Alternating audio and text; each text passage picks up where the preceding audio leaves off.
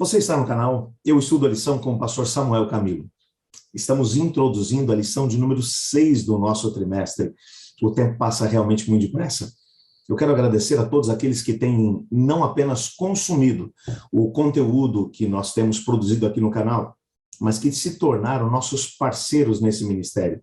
Têm compartilhado o link da lição da Escola Sabatina com seus contatos. Só para você ver como é que essas coisas funcionam.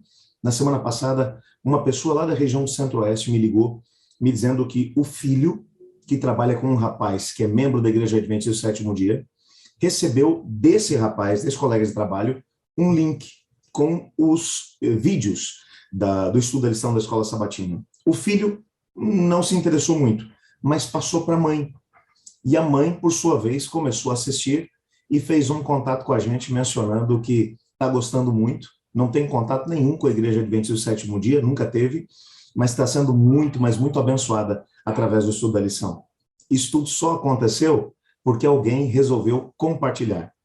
Lança o teu pão sobre as águas e depois de muitos dias o acharás. Seja um parceiro nosso também, um replicador ou do link do estudo da lição da Escola Sabatina, que quem sabe através de você alguém não vai conhecer um pouco mais do Reino de Deus. Bem, hoje é sábado, dia 30 de outubro, e o tema que estudaremos na nossa lição será: que nação há tão grande? O texto que servirá como base para o nosso estudo encontra-se em Deuteronômio, capítulo 4, verso 8, que diz: e que grande nação há que tem estatutos e juízos tão justos como toda essa lei que hoje eu lhes proponho?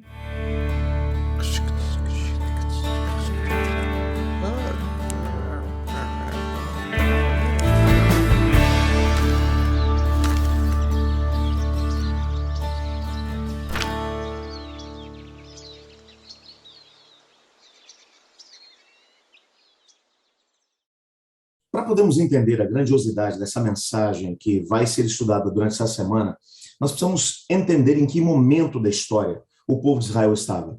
Eles haviam passado 230 anos como escravos, lá no Egito, desde que Deus havia feito a promessa a Abraão, lá em Gênesis no capítulo 15, de que aquela terra seria dos seus descendentes, mas que ainda se passariam 400 anos, o povo de Israel havia se multiplicado grandemente. Quando, alguns anos mais tarde, depois desse momento da promessa de Deus a Abraão, o seu neto Jacó vai descer para o Egito, numa época de grande fome ali em Canaã, o povo de Israel, toda a nação era composta por 70 pessoas. 70 pessoas. Quando, depois de 230 anos de escravidão, eles vão ser agora tirados com a mão poderosa de Deus lá do Egito, eles são algo em torno de 2 milhões de indivíduos. É bem verdade que toda aquela geração acabou perecendo no deserto.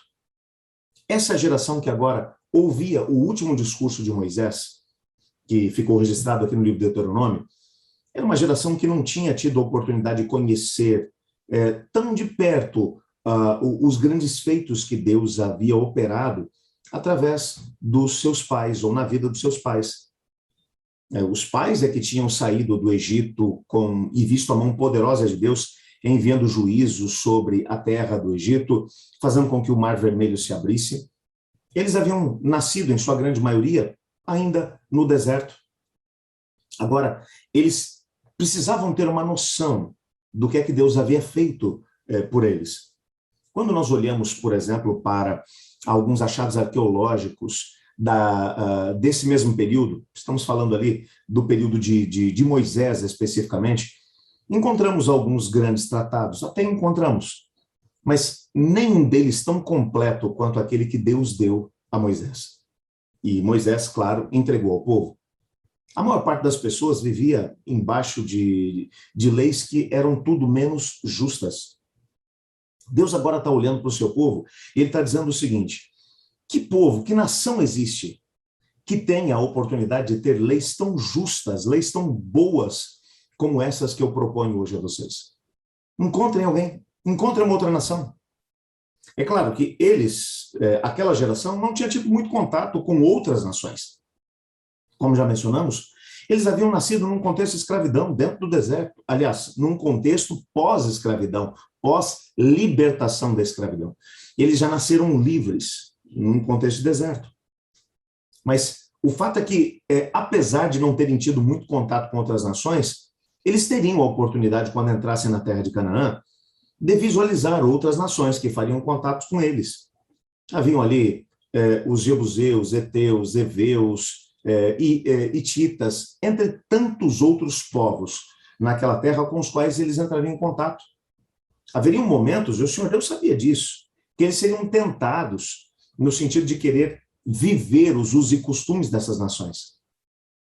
Antes que eles tivessem contato com aquilo que os outros tinham a oferecer, Deus queria que eles conhecessem o que é que eles tinham. O que eles tinham recebido da parte de Deus. Leis que regiam a saúde, leis que regiam a espiritualidade, leis que regiam os relacionamentos interpessoais, leis que regiam, inclusive, até mesmo as questões ligadas a servos, servas, escravos, terras, venda de terras, pessoas endividadas, leis que legislavam sobre tudo. Deus deu ao povo de Israel um código de leis fantástico. Algumas pessoas ainda conseguem olhar para esse código de leis e encontrar apenas um amontoado de regras, de normas. Mas o fato é que quando você vai viver em comunidade, para que todos possam ser livres, há necessidade de se trabalhar em cima de parâmetros. A minha liberdade, ela termina aonde começa a do outro. Se eu não respeitar a liberdade do meu próximo, então nós teremos problemas, teremos dificuldades. E então a lei do mais forte é que vai acabar imperando. O Senhor Deus, sabendo disso, ele legislou sobre tudo. Para você poder ter uma ideia, até sobre as questões sanitárias, Deus acabou legislando. Quando você vai para o livro de Levíticos, você percebe que Deus chegou até mesmo a dizer a eles, olha, quando vocês forem fazer suas necessidades fisiológicas, não façam no meio do acampamento, como os animais às vezes o fazem. Vão para o lado de fora do acampamento, cavem um buraco, façam suas necessidades, depois coloquem terra em cima. Até isso, Deus pensou nos detalhes a respeito de tudo aquilo que eles deveriam viver. E é nessa perspectiva que agora o texto bíblico vai mostrar para a gente que o Senhor Deus, ele tinha um grande propósito, realmente um grande propósito para o seu povo. O auxiliar da nossa lição, ela traz aqui alguns parágrafos muito interessantes. Me permite, gostaria de compartilhar com vocês. Em geral, o que torna uma nação grande é o que ela realiza, o seu poder político, as suas terras, as suas façanhas, a sua guerra, a sua riqueza. Mas nada disso caracterizava a nação de Israel quando o povo de Deus ouviu as exortações que Moisés lhes deu. A pergunta retórica de Moisés, encontrada lá em Deuteronômio 4, verso 8, que grande nação há embaixo do céu que se compare a vocês? Indicava, na verdade, que essa era a maior nação da terra, pelo menos em alguns aspectos, talvez não em número de pessoas, não em extensão territorial, até porque eles ainda não tinham terra, eles iam tomar agora a posse da terra de Canaã. Esse era um povo escravo, era um povo de migrantes sem teto. Esse povo dificilmente se encaixaria na definição de uma grande nação. O que tornava a nação de Israel tão grande não era o que eles haviam feito ou deixado de fazer. Não era o que essa nação era ou não era, mas o que Deus, o Deus que dirigia essa nação, havia feito por eles. É interessante que quando você para poder pensar na história de Israel sob essa perspectiva, aí tudo faz sentido. Que outra nação existe na Terra que tem um Deus tão grandioso que os libertou com mão poderosa de um contexto de escravidão e fez com que a maior nação da Terra, que na época era o Egito, ficasse completamente destruída?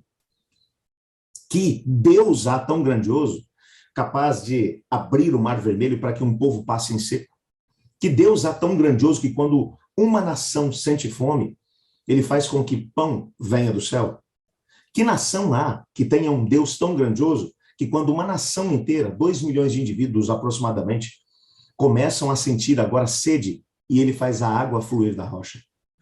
Quando você olha para essa perspectiva entende que até mesmo o maior dom que eles tinham, que eram as leis que deveriam reger a nação, tudo tinha vindo de Deus.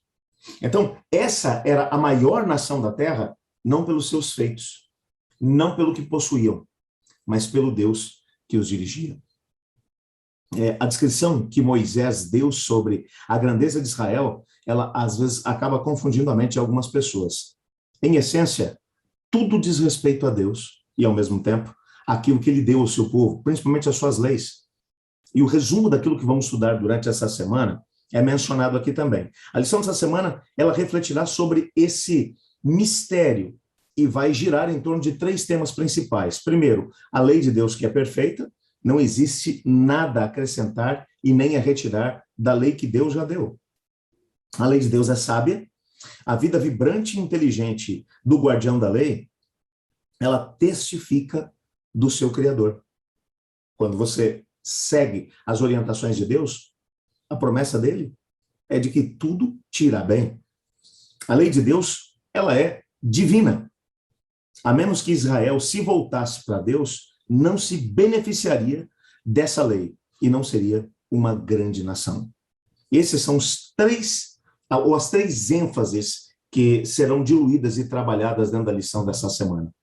Eu gostaria de pedir a Deus para que Ele nos ajudasse a construir também uma história de grande vitória, a ponto de, quem sabe, o Senhor Deus olhar para você e para mim e dizer: que povo há tão grande como o teu povo? Que pessoa há tão grande como você? Porque nós temos um Deus que é maior do que todos os problemas e dificuldades que somos capazes de poder viver. Temos um estilo de vida que é maravilhoso, que foi pensado pelo nosso próprio Deus.